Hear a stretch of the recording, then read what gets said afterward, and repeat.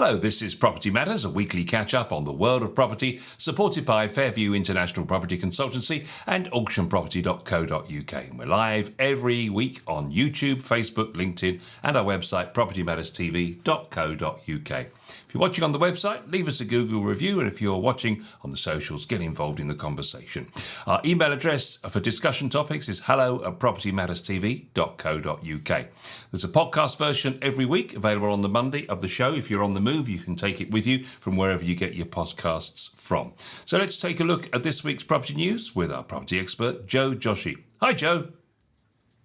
Morning, Paul. Morning to all our viewers and listeners. A seasonal quiet time, I suppose, because everybody's on holidays here, there, everywhere. But the Property Matters and the Property Matters team continue to find those stories that can help you in your move. Yes, no peace for the wicked, no rest for the wicked here for the time being. Certainly, we're still here through the bank holidays, and very interesting story for you to start with today. Almost 2/3 of people who purchased their first home in the past 5 years, this is 63%, had financial help from family, rising to over 3/4, 76% of homeowners under the age of 30, according to fresh analysis from Zoopla. Amongst those who had familial help to purchase their first home, 3/4 received the support from parents, totaling a massive £58,129 on average, which is in line with the average UK first-time buyer deposit of £60,100. However, all is not equal, with daughters receiving £51,671 towards their first property, compared to sons receiving £65,004, which is £13,000 more. On average, those who had financial support from their parents were able to purchase their home more than 6 years sooner than those who did not. 32.9 years versus 39.2 years. Meanwhile, those who received financial help from grandparents, often in the form of an inheritance, were able to purchase their first home aged just 30 on average, 9 years sooner than if they'd had no help themselves. The most common things first-time buyers receive parental help for are the all-important deposit, of course, which was 66% of people, legal fees, 24%, and renovation costs, 20%. Perhaps most surprisingly, over a quarter, 26%, receive help towards their mortgage payments too. I mean, you just have to look at these figures, and they're eye-watering. So basically, 2/3 of people are getting somewhere in the region of £60,000 to get on the housing ladder. And my biggest fear, Joe, is the fact that, it's clearly unaffordable for people, and yet somehow we're finding ingenious ways to allow the prices to go even further ahead. Yes, very interesting story, this, and nothing like putting the cat amongst the pigeons here, is it really, Paul? I mean, if you start to analyze this, you could create a tsunami of arguments in all the families around the world, around the country, where the mums and the dads will start to sort of justify why the son gets more than the daughter, and so forth. So a good story to put the cat amongst the pigeon. But yes, interesting analysis there by Zoopla, and of course, actually not far from the truth in many cases. House prices continue to rise, and we strive to continue to get on the housing ladder as first-time buyers, or our first home or second home, or whatever that might be case, because it's about the security of these properties and the security of the bricks and mortar in the first place, and that want of having your own place, own space, to do your own thing, is very, very important to all of us. And being that we are in the United Kingdom, we are all homeowners driven. Yes, the step on the ladder towards a rental property is perhaps half a step, and then really the real step is the one that you actually put on the first run, so that you buy your first home, albeit it's probably mortgaged to the hilt, but with circa £60,000 worth of deposits and other bits from parents' help, it means that you've got a chance in the marketplace. Now, the interesting thing is, only a couple of days ago, I was out visiting some properties, and when you look at what we talk about here, and look at the reality of it, I was in an area where we grew up, and our first home, mum and dad had bought. And, you know, it was not that I particularly visited that house personally, but I was in that particular area and reminiscing to the fact that looking back at the deeds, that, you know, they bought that at, to think about £2,300 or something like that.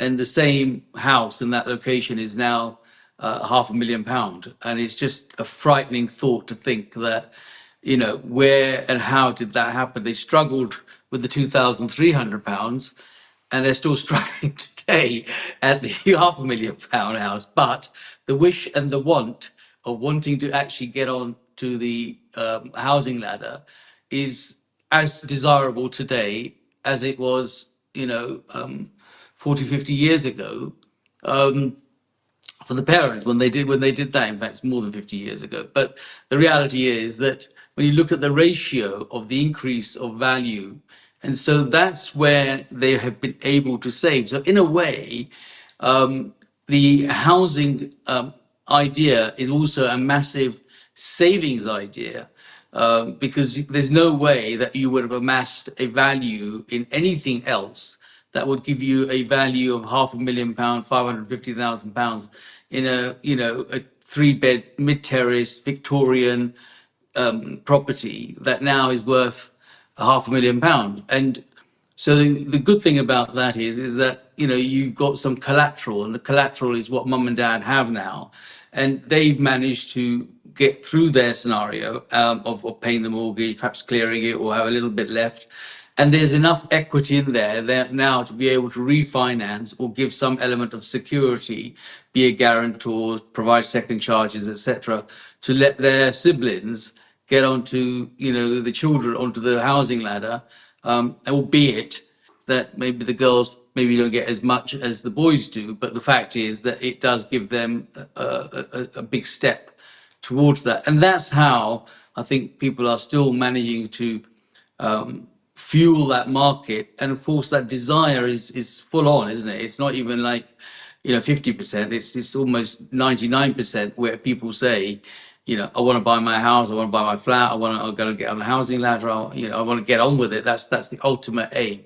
And there's a funny thing about this: owning your own home, albeit through a mortgage, gives you that sense of responsibility, sense of security of knowing that this is mine and I've worked towards achieving. It's almost a sense of success, underlining all the hard work that people do to try and say, well, I've actually got here and now I've got to stay here or do better. Yeah, it's interesting, isn't it? Because I suppose when you think about it, you know, if you can afford the rent for a property of that size, the mortgage is likely to be less than the rent in terms of a monthly repayment. So the sticking point always has to be the deposit. And of course, the only way they're going to get the deposit, of course, is to live at home with mum and dad. And if they're both living at home with mum and dad in their mid-30s, that's going to be slightly frustrating for all concerned, I suspect. So probably it's easier to give them the 60,000 and get them out the house. Yeah, get out. Pack your But bags. it is the point because, you know, if you're paying rent, unless you're living at home with mum and dad, and it comes a point when that really isn't functional anymore. So you've got to move out at some point. Then, of course, as soon as you take on sky-high rents, you're never going to save your 60,000. So it's probably the only other alternative is to do that. I suppose what worries me is the fact that in some cases where there isn't that money, because not everybody's got 60,000 sat in an account that they can just let somebody have, whatever the conditions of repayment or not, as the case may be. And that does worry me that people in their 60s are taking on an additional, as you say, refinancing or second charges or whatever they're doing, but they're putting £60,000 worth of debt back in their lives when they need to be clearing it. Yes, and that is probably a scary part, but the models that exist now, either through equity release or other routes, means that they can at least help their children to get onto that ladder as opposed to not. It is something that has to happen. And perhaps what really should happen is that should have been thought up maybe, you know, 10 years earlier. So they have a 10-year run to at least get used to that situation rather than be the last minute. But the real point behind this particular topic is that, two aspects of it. One is that owning a home does allow you to assist your family further down the line, and it'll be the same with these situations where the bank of mum and dad have helped their children now. They further down the line will do the same perhaps for their children or the circle.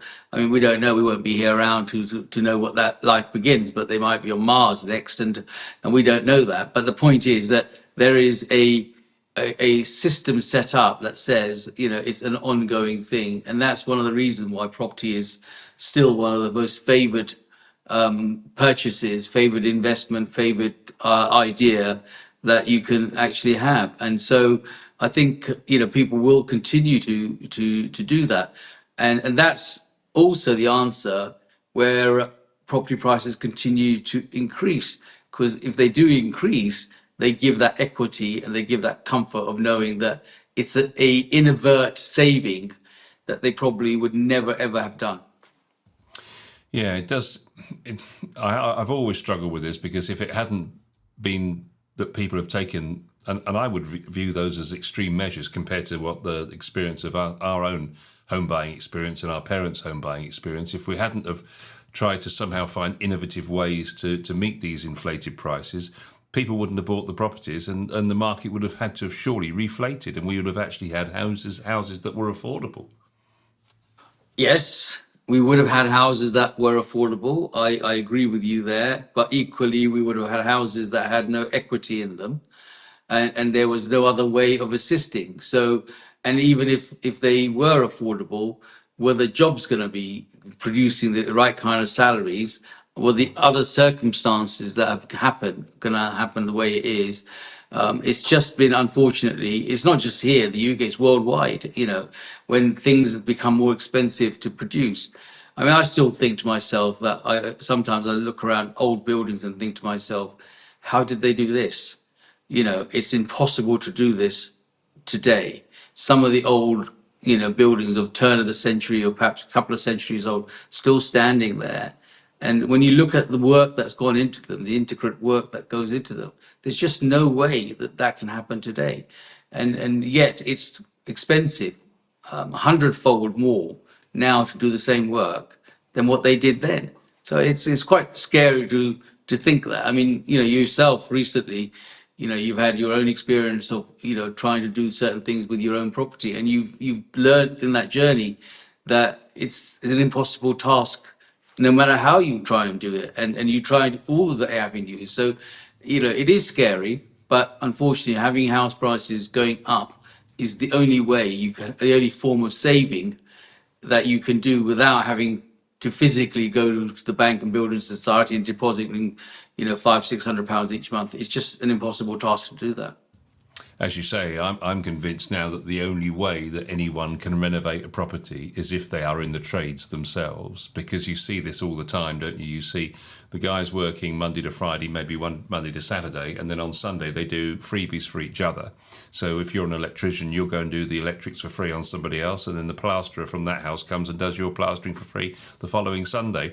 And of course you can do the work without the labour costs, and more importantly without the VAT, which is what's crippling everybody in these costs. And they're the only people really that I can see that can really balance the books in terms of the actual cost of redevelopment and renovation. And you see here about the fact that a lot of parents, 20% of parents, gave them the money for the renovation costs, and you can understand that makes sense when the property was going to be cheaper because it needed renovation. So therefore that got them on the ladder because they could afford the non-renovated property, but then they've had help with the renovation. But from my own experience, if you expect other people to do that for you because you don't have the skills yourself, there's no way that 20% are going to get enough money to do renovation. You're going to have to be someone with the skills.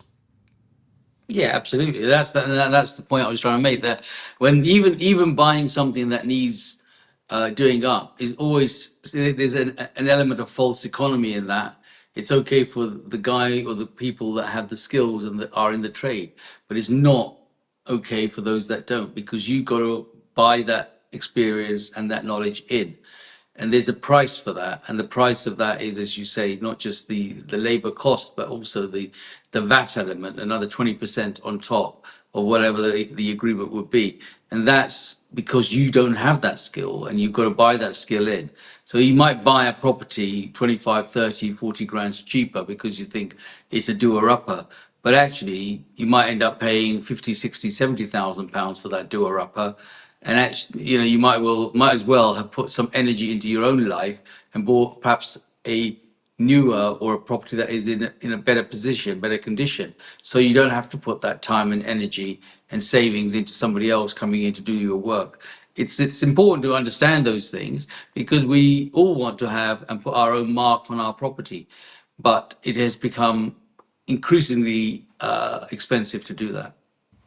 Well, while parents were the main financial supporters when it comes to people purchasing their first home, other family members helped significantly too. Indeed, 1 in 5, 20% had help from the grandparents, 14% from siblings, and 10% from aunts and uncles. Amongst those who had help from non-parental family members, 28% in total, the support added up to £68,807 on average, which may or may not have been in addition to support from parents. Yet again, men were found to get more financial support by women by £4,814. Here's the interesting bit. Amongst those who received support from their family, including parents, 2/3 say they expected it. The main reason is because they can afford it, they say. 68% said that. Meanwhile, over a quarter, 26% say it is their responsibility to help their children get on the housing ladder. That's 26%. So a quarter of people think it's the duty of a parent. An interesting change of thought. Well, of course, it suits them to say that, doesn't it? I mean, why else? Why wouldn't one say that? Because is the duty of the parent. But the way I would look at that is, I'd like to reverse that and think, what are the duties of the children towards the parents? The majority of them actually say they're too busy and they can't do certain things, and you have to help yourself. So it's always about conveniences. But unfortunately, it is the price you pay for having children, Paul. And you would know that you have 3 sons yourself, and I have 2 daughters, and it's never the twain shall meet. It just seems to be forever, cha-ching, cha-ching, cha-ching each week, and I don't know how and where it goes, but it seems to go quicker than it comes in, as they say. I've learnt a plan now. I just don't answer the calls when they come in. Interestingly, most people who had parental help didn't ask for it. Only 21% of people actually asked for it.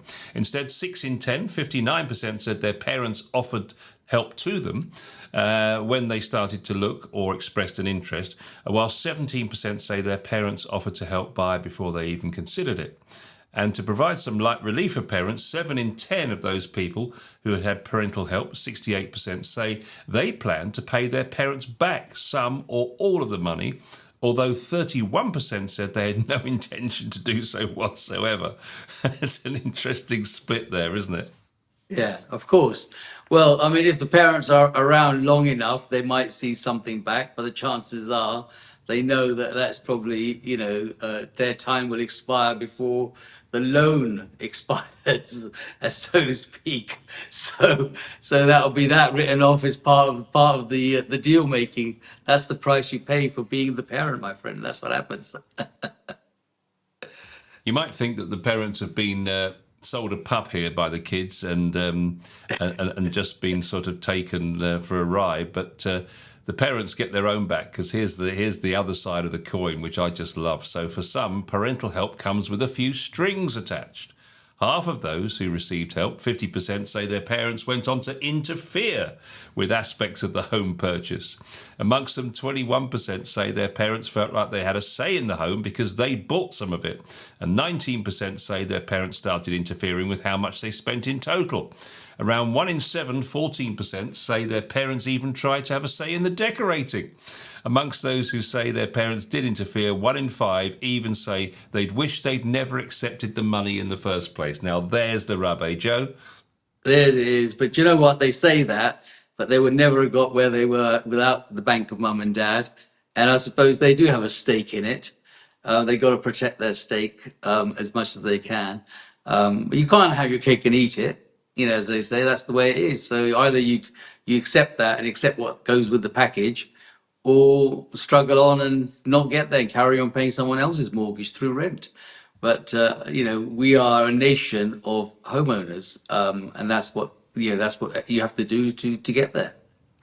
There are a number of other ways that parents help, of course. The survey shows that parents helped beyond just the cost of the property, or instead of the cost of the property. They also kitted out the home for the kids, of course, and helped them on the journey with the wisdom, maybe putting them in touch with family solicitors, that kind of thing, even paying for solicitors' legal fees. We mentioned 24% earlier.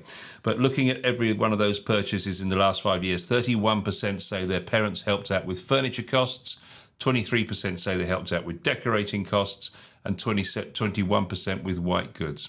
When it comes to sharing their wisdom, 42% of parents also helped their children choose a home, 34% shared mortgage advice, and 31% helped with the move itself. Over a fifth helped with viewings, and 15% even had conversations on their children's behalf, such as with estate agents. So parents pretty much involved in the process, as you might expect. And it does bring the other wider question, I suppose, from a government point of view, if society manages to solve the problem of house prices for itself, why should government interfere, or why should businesses interfere? But it does raise the question about why there isn't some kind of financial product or financial situation, setup, framework that people could have planned for this kind of investment. Well, that's been one of my cries for as long as we've been doing this program. I've always said that there is no system set up by any government, any successive government, that encourages people to want to save more and have an infrastructure to provide that. And it's just, there are two or threefold. One of those is parents didn't have to get involved in buy-to-let properties if they could actually have gone and said, okay, so if you got today, the Bank of England rate is 5% base rate, 5.25% what it was before. And all of a sudden, for those that were saving, that was a more attractive deal because, they were getting a good return on their investments. So they're putting in, £100,000 or £50,000 or £1,000 for arguments every time. They're getting a reasonable return on their investment. When the Bank of England had the rates down lower, it wasn't. So that's what drives people to say, well, I'll go and buy a property, because there's two aspects of it. One, that they might get some increased income from their rental value. So let's say hypothetically they bought it for, I don't know, £150,000, and they had a £50,000 mortgage and £100,000 they put in, or the other way around. They had an income from the rent plus the fact that he might have a capital growth, because in XYZ time, that same property might be worth now £250,000. So they've grown. And so that's why the housing market has been driven that way. Now, if there was a product, there is a sector of the housing market, as a sector of people that probably don't really want to get involved in owning, as we call accidental landlords or hobby landlords. They didn't want to be in that, because as far as they're concerned, they'd rather be on their cruise around the world and enjoying that time. But they ended up buying properties, dealing with leaky taps on the basis that it gave them some sort of income, some sort of stability, and some sort of capital growth as the market changes. And if that was a situation where for first-time buyers, there was a savings plan set up so that they could actually, you had to be a certain age, a certain category, in a certain situation, obviously, to be able to, save your money and earn better interest.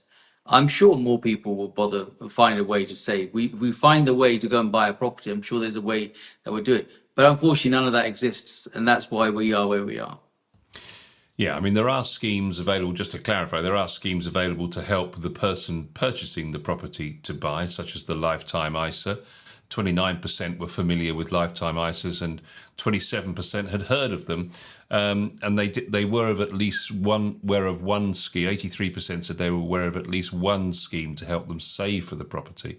But the point I was making was the fact there's nowhere for a structure, for a framework, for a bank of mum and dad situation whereby maybe parents could specifically, and kids could get involved in saving something together in that way. It's also interesting that they said here that there are other ways if you don't have, because there is the issue of the fact that some 20 to 40% of people, from memory, on this item don't have any parental help, and they still manage to buy a house eventually. And of course, there are such things as lifetime ISAs and shared ownership and other ways that people can get involved and buy a home themselves, albeit perhaps later in life, but eventually they will get there. It's the point they're making. They also say that amongst those who did not get parental help, there appears to be no ill will as a result, which surprises me. Nearly 8 in 10, 78%, said they simply didn't expect any help from their parents. Just 6% said they were disappointed not to be offered help, and 3% said they were angry or frustrated. When asked about their feelings towards those who did have parental help, 40% said they were philosophical and say they accept that some people have advantages, while 38% say they are pleased for those who get financial support. Just 6% even felt that it was unfair. So that's quite surprising. I thought the figures might be a bit higher than that. Well, yes. I mean, look, figures are high enough in the money that they got to trying to find for them, but in terms of where that support is and how people want to get there, people are a little bit skeptical in what they want to try and achieve. So I think that it's a good sort of subject to cover, really, because this is where you've got to start thinking about the ways to save, or to encourage savings, or to participate in a product or a deal that allows parents to sort of work with the kids in order for their growth and their stability in the future, and not leave it till the last minute when the parents are at a certain point and when they think, well, actually now I've got to assist my kids because there's no other way to do that. So then they take on a burden and they take on another loan at a later stage in life, which may not be healthy for anybody doing that at all. That brings the wider question, I suppose, Joe, about, because everything in life these days seems to be about making everything a level playing field for everybody. And yet we've got these people here, these percentage of people who don't have any help from parents. And it seems to me that in this life where everything has to be equal for everybody, that there's probably an injustice legal case waiting to happen at some point. But aside from that, jocularity, there is an interesting point here that the market has changed so much because prices have risen so much. The bank of mum and dad and various other things, lifetime mortgages, all these things are being talked about. But it does appear that the financial instruments with which we use to buy property haven't kept up with the developments in the property industry in general, in the property market in general. And I suppose the question on that to you is that the responsibility of private finance enterprise, or is it something that a government should step in and take initiative on? Well, I suppose the answer really is it's going to have to be something private, because you cannot expect the government to hold their hands right the way through. And each government doesn't necessarily have the same desire as perhaps a family unit would do. What you and I would do for our families is very different to what a government would do, because it's not the government's responsibility to get involved in those family situations. Having said that, when you look at the family structure, it's also about the family infrastructure and how that is transpired.